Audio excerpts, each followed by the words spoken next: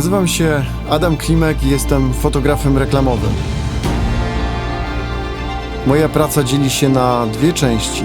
Pierwsza to typowo komercyjne zlecenia, a druga to realizacja zdjęć i historii z moich przygodowo-wyprawowych podróży.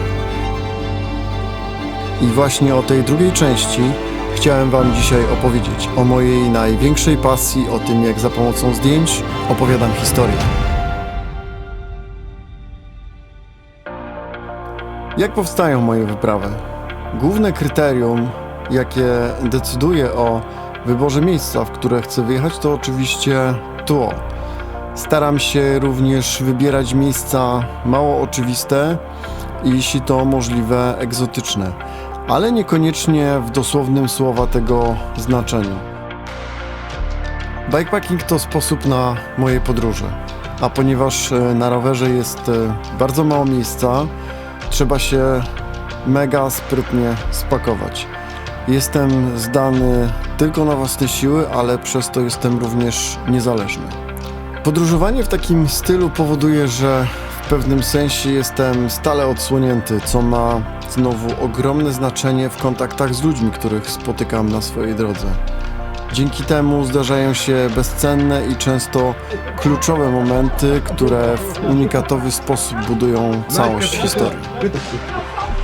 Ale dziewczyny muszę tak. Ja salaty donoszę. Ja nie думаю, я кожен день машину вожу. Кожен день, я проблем. Золотою кіровка. Na swoje wyprawy zabieram Canona 5D Mark IV z obiektywem 24-105, to mój podstawowy zestaw. Do tego teleobiektyw 70-200 ze światłem 4.0, następnie dość niestandardowy obiektyw 8-15. To świetne małe szkło, które idealnie sprawdza się do zdjęć we wnętrzach namiotów. Do całego zestawu dorzucam jeszcze obiektyw 16-35 i drona. Oczywiście podróżuję z przyjaciółmi, w ten sposób każdy z nas coś wiezie, a ja dzięki temu nie jestem przeciążony. Nie da się dbać o sprzęt na takich wyjazdach i w takich warunkach. Sprzęt musi być absolutnie niezawodny i samo się je zadbać. Moja troska o sprzęt kończy się na czyszczeniu szkieł małym pędzelkiem, jeśli oczywiście warunki na to pozwalają.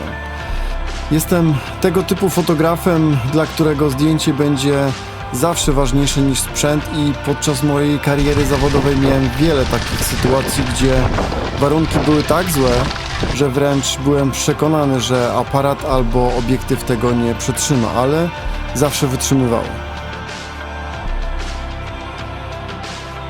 Mój protip dla każdego, kto chce podróżować z aparatem: nie przywiązuj się zbytnio do swoich planów, bierz co daje Ci los, rób dużo zdjęć i na każdej wyprawie, mniejszej czy większej, postaraj przynajmniej raz porządnie się zgubić.